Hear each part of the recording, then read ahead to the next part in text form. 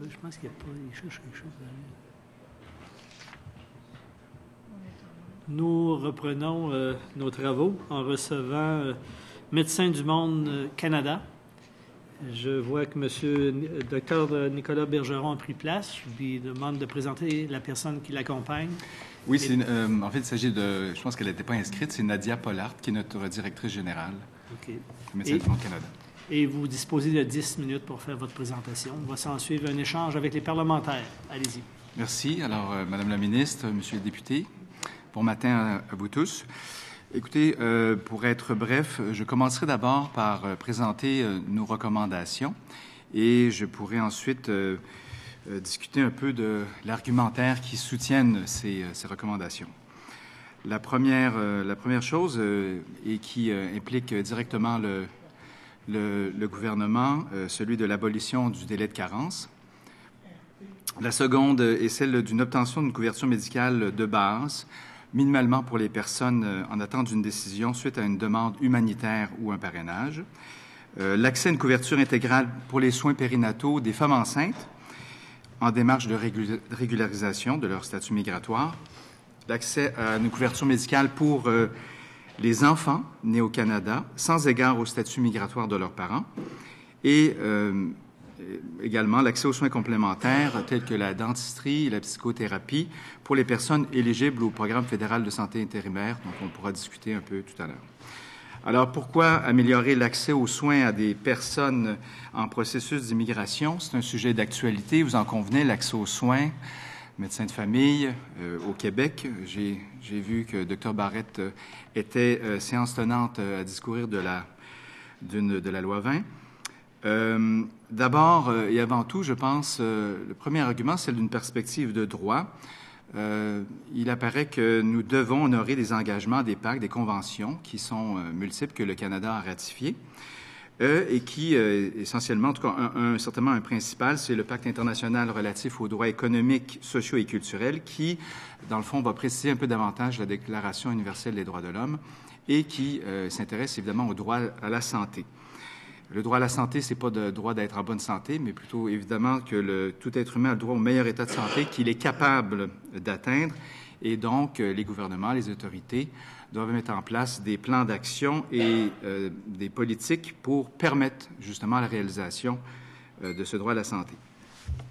Le deuxième point, je pense, c'est la perspective de santé publique. La crise d'Ebola, je pense, nous a démontré l'importance que pouvait avoir une perspective de santé publique.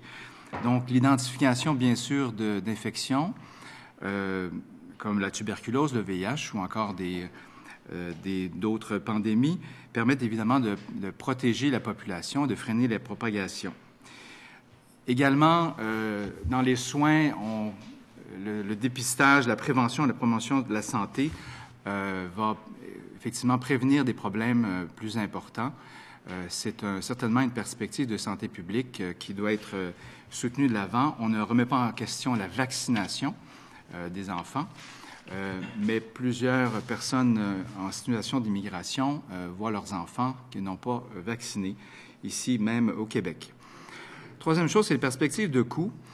C'est souvent abordé, c'est bien beau la santé, l'accès à la santé, mais ça a des coûts.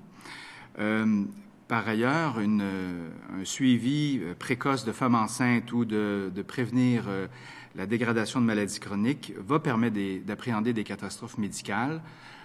Une femme en pré-éclampsie ou en éclampsie qui arrive à l'hôpital, parce qu'évidemment, notre système de santé va honorer les urgences médicales, mais bien sûr, on pouvait prévenir la chose. Donc, petite infection deviendra grande, un séjour aux soins intensifs pour une endocardite, évidemment, a des coûts énormes. Donc, c'est dans une perspective aussi de coût. En fait, c'est un investissement. Question de valeur. Le gouvernement, avec une petite enveloppe budgétaire du ministère des Relations internationales, le ministère canadien, dont le ministère des Affaires étrangères, du Commerce et du Développement, FEACDI, évidemment, offre des sous pour des programmes d'accès aux soins de santé dans les pays en voie de développement. Il serait tout à fait cohérent aussi sur notre territoire d'être capable d'offrir minimalement aussi ce type de soins qu'on offre et qu'on met beaucoup d'argent à aider les systèmes ailleurs à faire ce genre de mise en œuvre. D'ailleurs, de travailler sur les déterminants sociaux de la santé, qui inclut évidemment l'accès à revenus, logement, alimentation, évidemment, dans l'ensemble des programmes, vise au bien-être de la population ailleurs. Alors, pourquoi pas le faire certainement ici? Vous avez certainement des interlocuteurs qui ont bien appuyé leurs opinions là-dessus. Une autre valeur, et le premier ministre en a parlé à l'occasion, celle de l'égalité de traitement. Donc, les citoyens doivent, sans discrimination, puissent recevoir des services de santé ou d'autres services, peu importe leur âge, leur religion, leur origine ethnique. À situation égale, certainement prestations égales, mais il existe aussi un autre concept qui est extrêmement important en santé, celui de l'équité. Donc, on parle plus de l'égalité de chance à des personnes plus défavorisées, des personnes en situation de vulnérabilité, comme les personnes en processus de migration. On doit davantage leur offrir de services ou être traités un peu différemment. Donc, un traitement inégal pour des gens qui sont inégaux. Et c'est une valeur, je pense, qui est utile par rapport à dont on parle. Alors, puisqu'on parle d'exclusion-discrimination, en 2001, le gouvernement avait instauré le délai de carence, donc 3 mois, où les futurs concitoyens n'auraient pas accès à des soins de santé. On annonçait une économie de 2 millions de dollars, surtout pour s'opposer au tourisme médical, mais la démonstration de cette mesure restrictive qui aurait diminué des potentiels d'abus, n'a jamais été appuyé, n'a jamais été démontré, n'a jamais été chiffré. Et au contraire, plusieurs rapports démontrent au contraire que le retard de prise en charge d'un problème de santé petit, évidemment, occasionne des coûts globaux supérieurs. Donc, ces économies de 3 mois où à des concitoyens on n'aurait pas offert des soins s'avèrent plutôt catastrophiques de plusieurs d'entre eux. Et le tourisme médical n'est pas démontré. Le Réseau de médecins du monde, qui compte 15 délégations, parfois les gens nous identifient beaucoup à l'action humanitaire internationale, mais chacun des 15 délégations a des activités nationales dans les pays où sont nos sièges, et on s'intéresse à la santé des populations vulnérables, marginalisées, mais aussi populations migrantes. Et depuis plusieurs années, des enquêtes sont faites pour appuyer, de témoigner avec des chiffres à l'appui de quelle est la condition de santé des personnes migrantes, et notamment en Europe.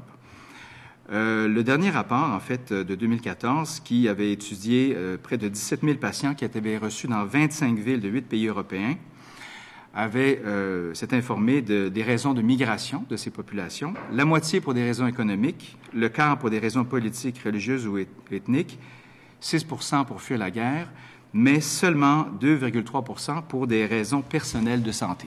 Donc, le tourisme médical demeure un mythe qui n'a pas été démontré. Et les personnes migrent pour trouver du travail et fuir la violence, mais pas pour obtenir des soins. Donc, cette recherche est extrêmement marginale. Finalement, pour le programme fédéral santé intérimaire, donc, ce sont des soins médicaux pour les réfugiés et demandeurs d'asile, qui datent depuis plusieurs années. Comme vous le savez, l'abolition de ce programme a été présentée en juin 2012. D'ailleurs, j'en profite pour remercier le gouvernement à l'époque.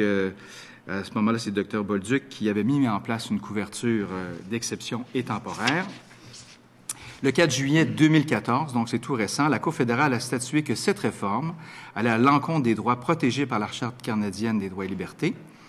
Et le 5 novembre, donc, des changements ont été apportés et elle est actuellement en appel.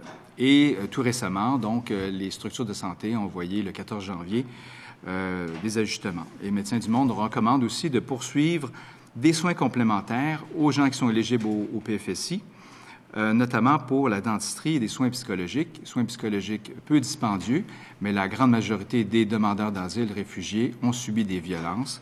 Et certainement, c'est sans jeu de mots de bonne guerre de pouvoir leur offrir les soins dont ils ont besoin. Je pense que il y a certainement aussi une recommandation implicite, celle de peaufiner les informations, que ce soit clair pour les immigrants, mais aussi pour le personnel médical, parce qu'il y a beaucoup de confusion, qui a droit à quoi, et certainement, déjà pour les personnes migrantes, il y a de multiples barrières qui ont sûrement été exposées ici pour leur intégration, mais pour connaître, comprendre le système de santé et faire reconnaître leurs droits aussi, c'est excessivement compliqué. Alors, certainement, il y a une clarification d'informations à ce sujet. Donc, certainement, je nous invite à dissocier le plus possible la santé et les politiques d'immigration, processus administratif, et puis de voir l'accès aux soins de santé, non pas en termes de coûts, mais en termes d'investissement. Merci. Merci. Je cède maintenant la parole à Madame la ministre. Merci beaucoup, Dr Bergeron et Dr Madame Palerte, c'est bien ça? Je vous remercie d'être ici avec nous. Vous touchez un vaste sujet. Je vous félicite aussi beaucoup pour le travail que vous faites. Je pense que toute la société est en admiration pour votre engagement envers l'égalité puis les soins pour les plus vulnérables. Personnellement, j'ai été très touchée j'étais ministre de l'Immigration à l'époque lorsque le gouvernement fédéral avait annoncé parce qu'on le voyait venir, la fin de ce programme. Et oui, avec Dr Bolduc, on a réagi rapidement parce qu'on était en lien avec des médecins à Montréal qui traitaient justement ces populations, les demandeurs d'asile, qui, vous savez, sont un peu dans une no man's land, hein? Pas juridiquement au Québec, je veux dire tout le monde sur le territoire, accès à l'aide sociale et des soins de santé, mais parce que depuis des années, 40 ans, il y avait ce programme. Bon, le Québec était surtout en demande auprès du gouvernement fédéral pendant des années pour pouvoir traiter ces demandeurs d'asile parce qu'il y avait un volume important depuis plusieurs années. Quoi qu'il en soit, je vous remercie du remerciement parce que c'est vrai, on a agi vite. Et ce que j'ai compris, c'est que par la suite, d'autres provinces ont suivi le lead du gouvernement du Québec. Maintenant, si je comprends bien, là, le programme est rétabli, mais pas à 100% de ce qu'il était avant. Mais est-ce qu'il est comblé par le Québec? Est-ce que...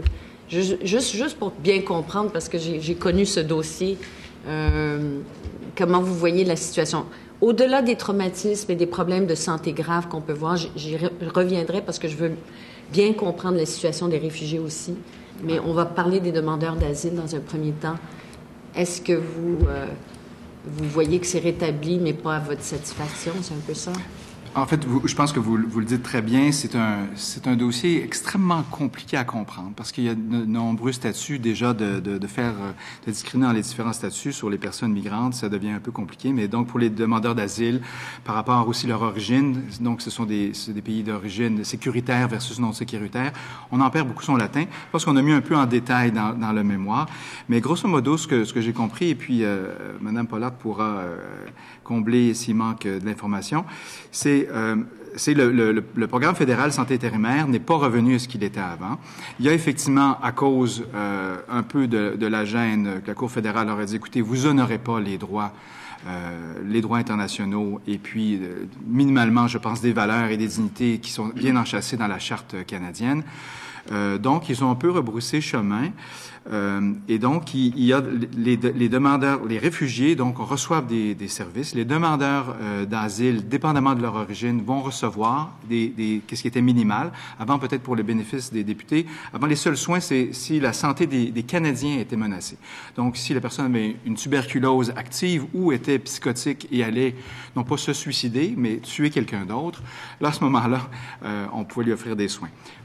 Pour que les gens comprennent ça, c'était la solution après l'abolition du programme. Mais le programme avant était plus large. Et exactement. Alors avant, on offrait minimalement ce que la population canadienne qui reçoivent de protection sociale de base reçoivent. Il y avait certains soins complémentaires de dentisterie et de soins psychologiques. Vous voulez en parler plus tout à l'heure, mais effectivement qui ne sont pas revenus. Donc, actuellement, il y a des soins de base qui sont offerts, des suivis de grossesse pour les femmes enceintes, pour les enfants. Là, on parle de cette petite portion de gens qui ont reçu, qui sont des demandeurs d'asile et les réfugiés reçus.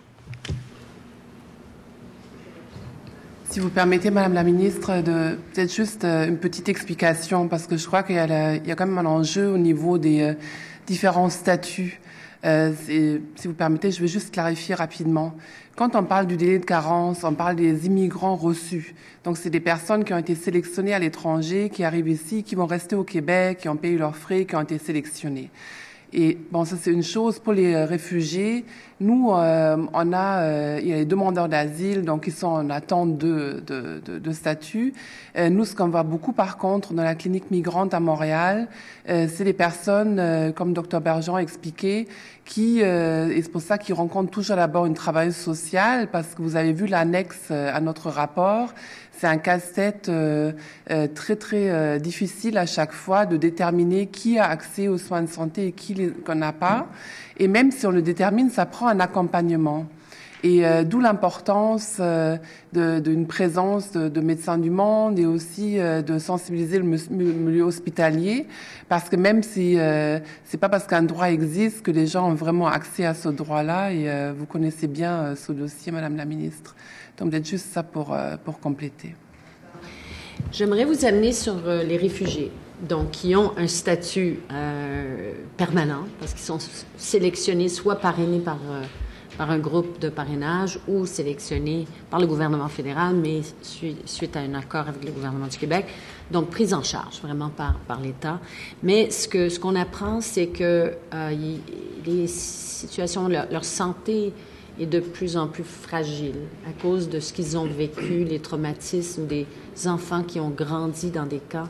Et évidemment, l'information, on travaille, le ministère de l'Immigration travaille de façon transversale, donc toute l'information que vous nous donnez, on le partage avec d'autres acteurs du gouvernement qui l'ont vu sûrement, mais vous le présentez de façon structurée avec beaucoup d'informations. J'en profite pour vous poser des questions là-dessus, et c'est des informations qu'on peut partager, évidemment, avec le ministère de la Santé surtout, mais le ministère de l'Éducation. Et j'aimerais voir si vous avez aussi, par rapport aux enfants, parce que j'entends certaines choses, qu'est-ce que vous voyez au point de vue problèmes psychologiques, psychiatriques pour les jeunes enfants? Je vous laisse aller pour qu'on puisse mieux connaître l'état de santé psychologique et physique de certains réfugiés. Je pense qu'il faut faire attention. Il y en a beaucoup qui sont très bien, très en santé et capables de contribuer rapidement, mais d'autres qui ont besoin de soins plus particuliers. J'en profite pour dire, Nadia Pollard a été directrice du bureau du droit international des enfants pendant quelques années. Donc, elle maîtrise assez bien. Et puis, je dirais que Médecins du Monde travaille main dans la main avec des perspectives, bien sûr, de l'accès aux soins, mais avec une perspective de santé publique et de droit de la santé. Donc, c'est quelque chose d'excessivement important pour nous. Peut-être, je vous remercie de tenir compte de la particularité des enfants, parce que cette année, malheureusement, c'est passé un petit peu en douce, mais on a quand même fêté le 25e anniversaire de la ratification de la Convention relative aux droits de l'enfant. Et il y a plusieurs articles donc qui se concentrent directement sur les enfants réfugiés.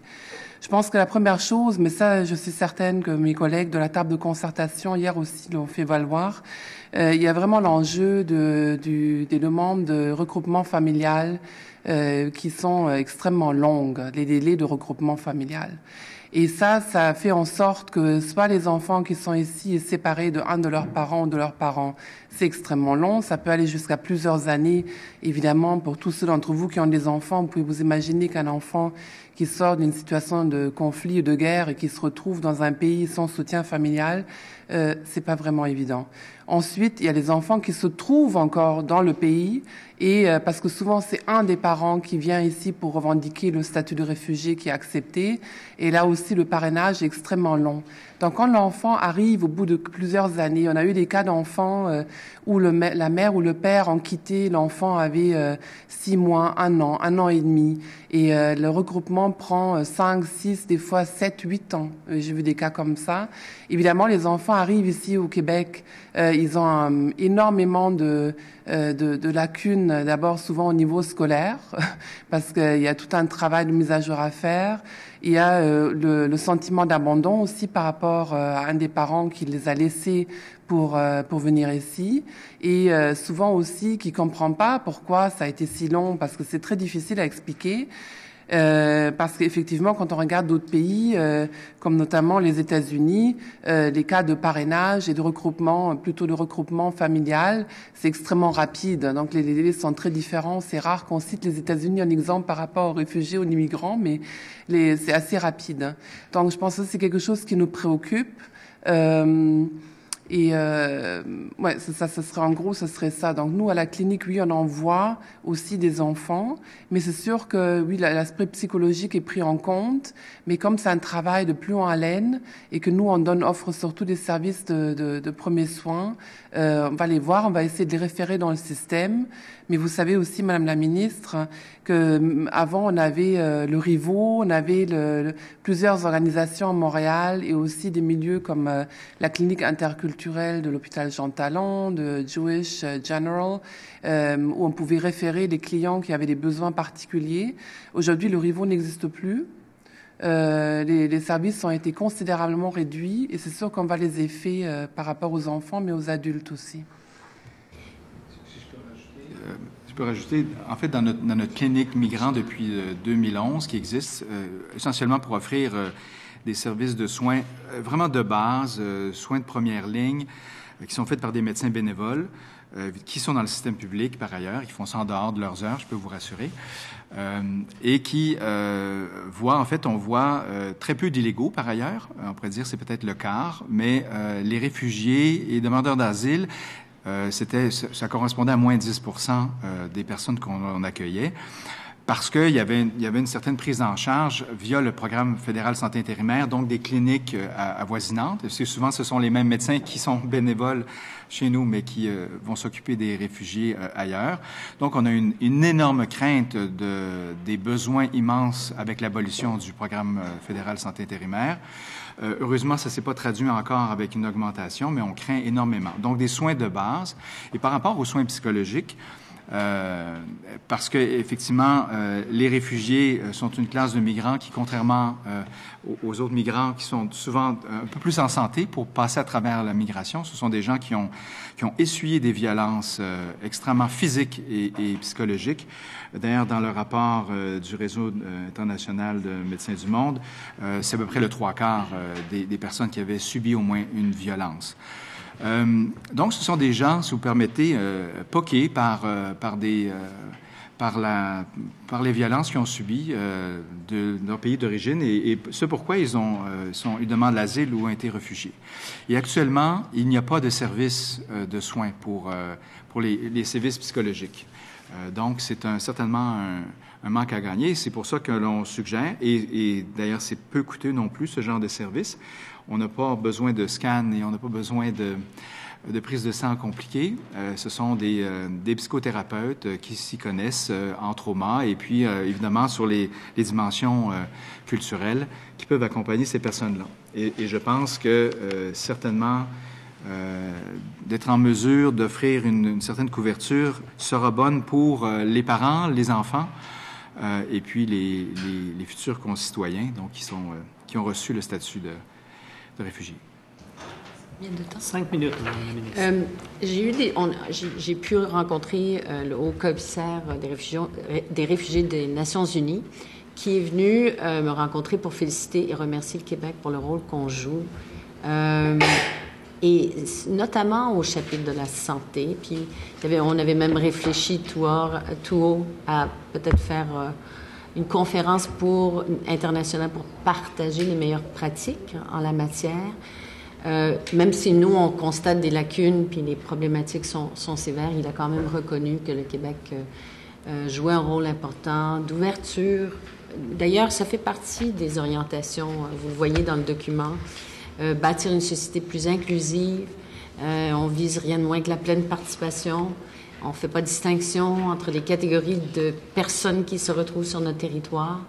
Donc, ce que vous apportez, évidemment, c'est ce message. Je le vois évidemment par des soins de santé, des soins psychologiques. Mais j'ai 2 questions, peut-être des meilleures pratiques que vous avez vues ailleurs, dans d'autres pays, qui pourraient nous inspirer. L'autre question, est-ce que vous avez des liens particuliers avec le milieu scolaire, justement, ou les C3S qui ont des relations? Ça, je sais que le C3S La Montagne, par exemple, qui a des liens avec tous les milieux, mais le milieu scolaire, pour aussi bien informer les milieux scolaires des problématiques que vous voyez de santé, puis d'être sensible à ça. Bon. Et finalement, troisième question, dans le temps qui nous reste, si vous avez d'autres points de vue sur cette grande vision qu'on a, objectif de bâtir une société plus inclusive qui, évidemment, ne fait pas de distinction entre les personnes, quelles que soient les catégories, mais qui valorise leur capacité de contribuer à la société. Vous les aidez en amenant ces soins essentiels, mais dans votre pratique, peut-être des histoires intéressantes où vous avez vu, justement, que le travail que vous faites permet à cette personne d'avancer dans sa vie. Écoutez, d'abord, je passerai la parole peut-être à Nadia ensuite. D'abord, en termes de capacitation, l'expression d'automisation, d'empowerment, certainement, ça a toujours été le fer de lance de Médecins du Monde. Et ça suppose, évidemment, pour que le citoyen plus en pleine capacité, qu'il ait accès à la santé, qu'il soit en santé. Donc, toute mesure qui est discriminante ou qui rend les choses complexes pour la personne pour avoir accès à la santé, même lorsqu'il a droit, donc c'est aussi comment on peut l'accompagner, le faciliter la chose, va être bienvenue pour lui permettre une pleine...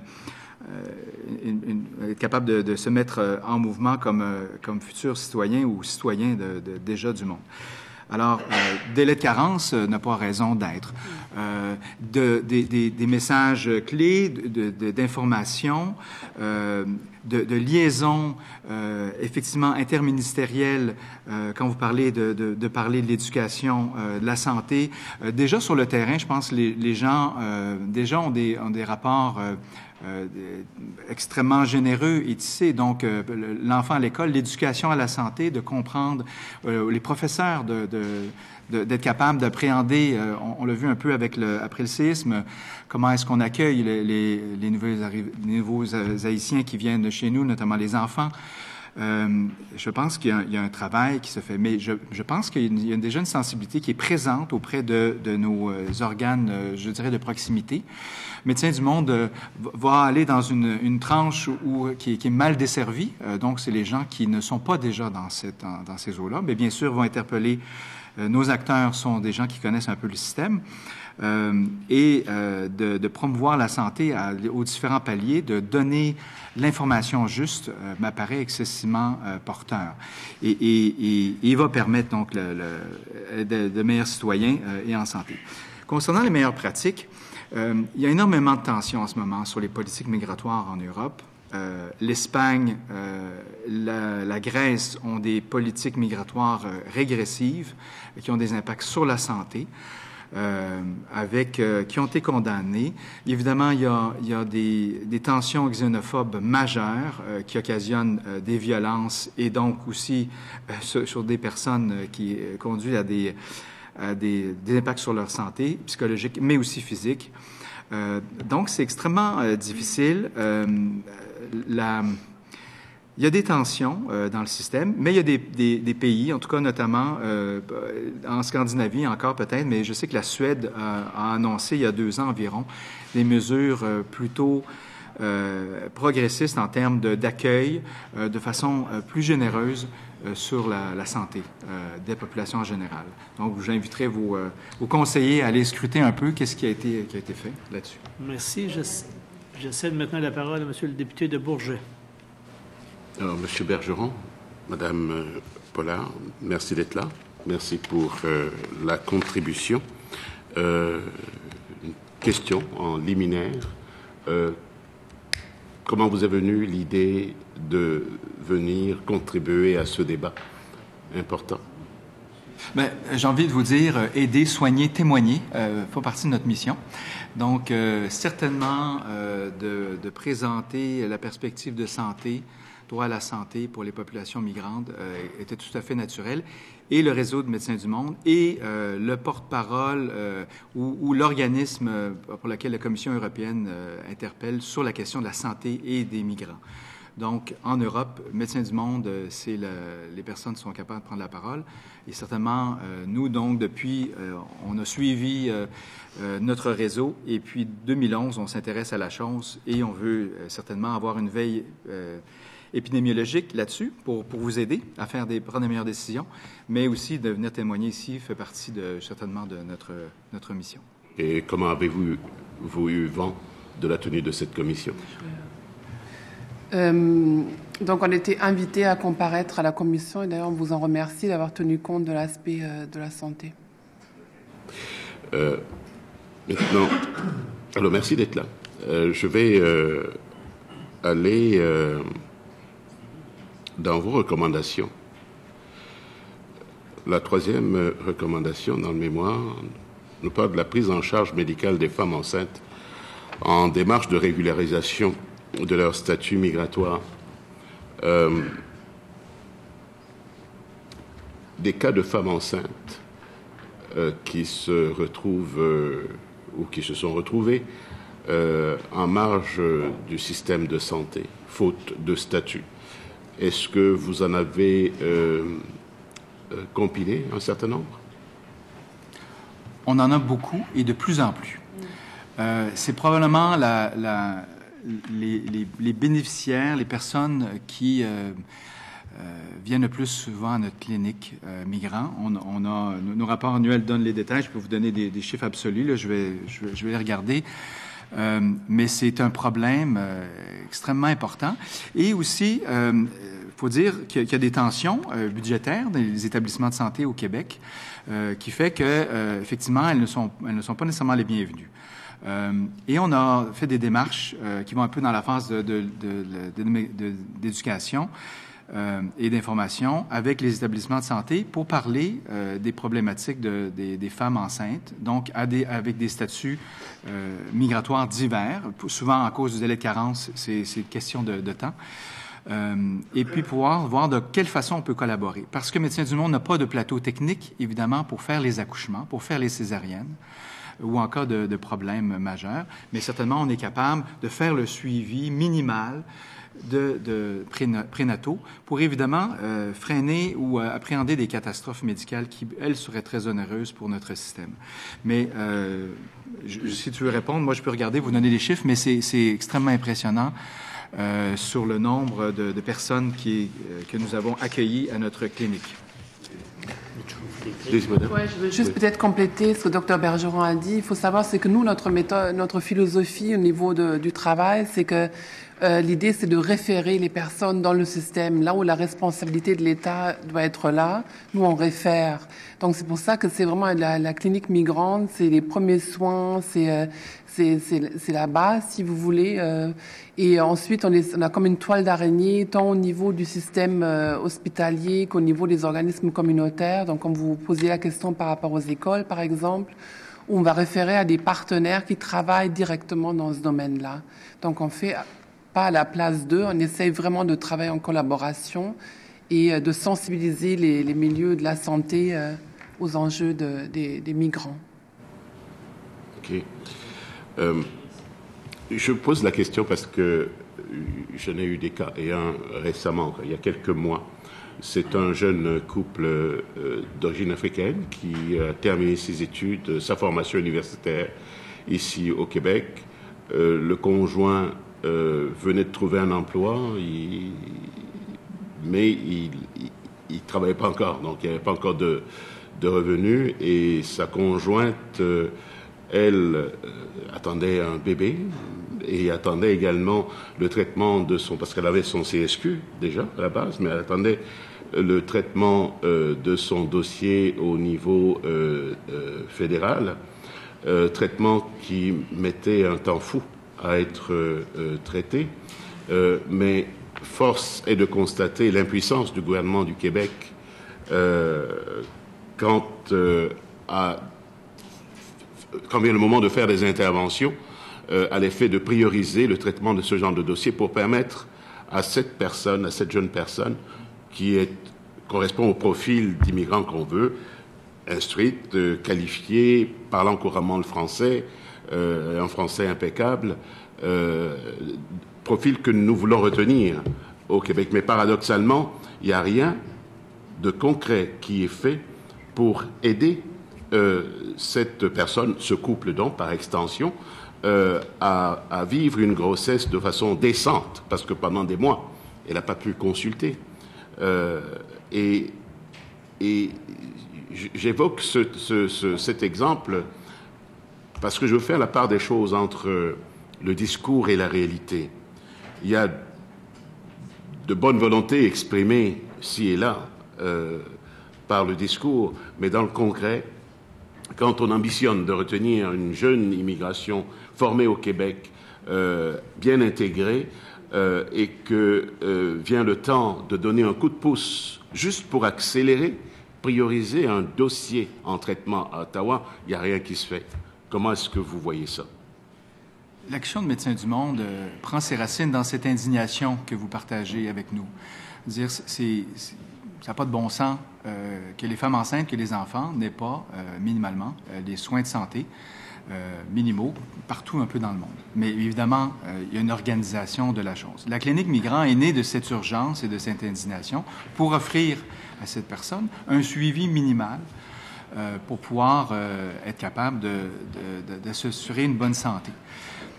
Ce qu'on demande aujourd'hui au Québec, c'est finalement de dire, bien, pour les femmes enceintes, peu importe leur statut, toute femme enceinte sur son territoire devrait recevoir des soins de santé parce que cela est juste et digne. Et c'est aussi moins coûteux globalement, et c'est aussi, d'une perspective de santé publique, la meilleure chose à faire.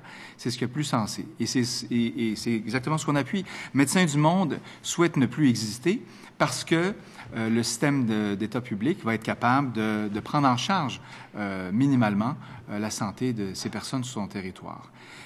Alors, c'est un peu l'esprit de la clinique migrante. Nous, on espère évidemment on travaille toujours de façon complémentaire avec le système de santé, mais on est là dans les zones où, effectivement, il n'y a pas de prise en charge pour ce que l'on croit être juste et les personnes qui auraient droit à ce droit à la santé minimale. OK. Je n'ai pas d'autres questions. Merci. Merci. J'essaie de mettre la parole à M. le député de Bordua. Merci, M. le Président. Madame, Monsieur, bonjour. Dans votre mémoire, vous abordez la question des barrières linguistiques et des barrières culturelles au niveau de l'accessibilité aux soins de santé, au niveau lorsque le réfugié est en contact. Comment est-ce qu'on pourrait mettre en place des mesures qui simplifieraient ce contact-là? Question très sensible. La réponse de Médecins du Monde est celle qui devrait être faite un peu dans le système de santé. C'est un accompagnement, évidemment, un peu personnalisé, que ce soit au niveau du service social, que ce soit au niveau d'une infirmière ou encore de technicien, je pense. Donner de l'information sur les parcours possibles, les dédales de services de santé, mais aussi par rapport à certains aspects administratifs, juridiques de leur statut. Donc, Médecins du Monde, sa clinique, elle se veut interdisciplinaire. On a des travailleurs sociaux, des infirmières, des médecins, et puis d'accès à des gens qui peuvent donner d'autres organismes qui sont intéressés sur les questions juridiques notamment, qui sont bénévoles, et puis qui donnent un peu cet accompagnement-là pour essayer de comprendre, avec aussi l'accès à des interprètes, donc parler de la barrière linguistique. Et je pense que au sein du système de santé, de travailler en donnant un peu plus pour ces personnes-là, donc une perspective d'équité, pour dire nous vous offrons davantage de services parce que c'est plus compliqué pour vous et on pense que c'est payant en bout de compte pour le faire. Et donc, ça suppose, je pense, le plus simple, un accompagnement personnalisé.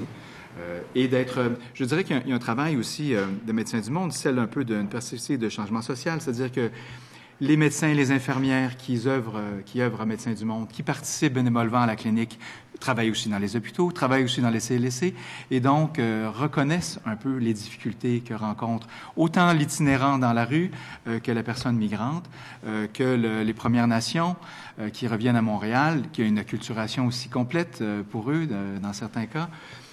Donc, c'est être sensibiliser l'ensemble des soignants à cette dimension-là. Fait partie aussi, je dirais, de notre mission donc d'information, mais ça appartient aussi, je pense, au ministère, les différents ministères, d'encourager cette compréhension, cette connaissance-là, pour faciliter.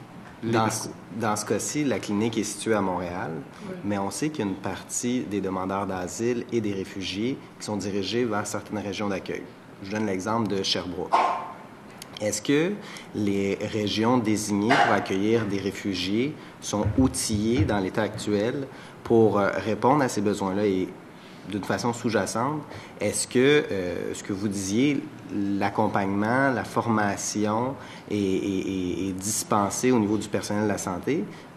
Puis en sous-question également, est-ce que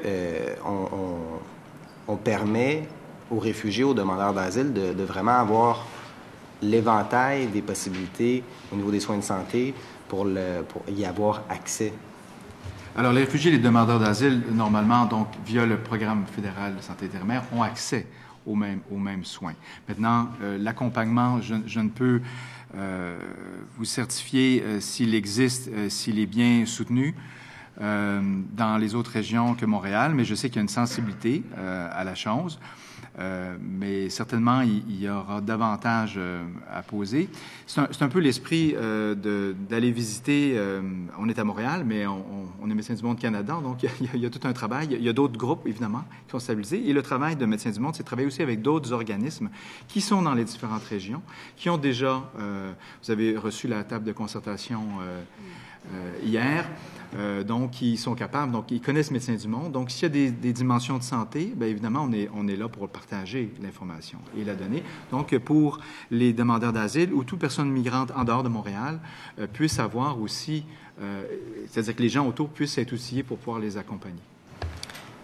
Vous vouliez peut-être rajouter? Pour ajouter, je pense que, Sherbrooke, c'est quand même proche de Montréal, mais la réalité, c'est aussi que dans d'autres régions, pour certaines interventions, il y a moins accès, par exemple, par rapport aux interprètes.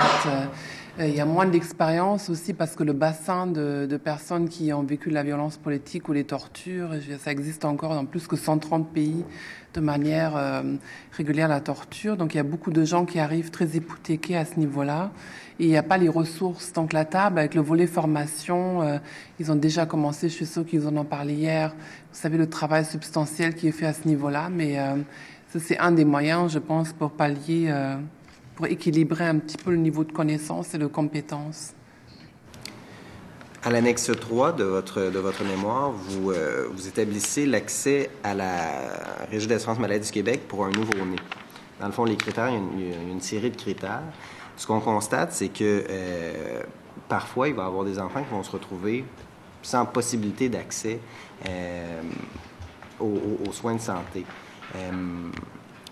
J'imagine que vous militez pour le fait que lorsqu'un enfant naît sur le territoire québécois, il puisse avoir accès aux soins de santé? Oui. C'est un médecin. L'ensemble du réseau Médecins du Monde prône dans tous les pays du monde que les femmes enceintes et les enfants de moins de 5 ans, spécifiquement, puissent avoir accès gratuitement à des soins de santé.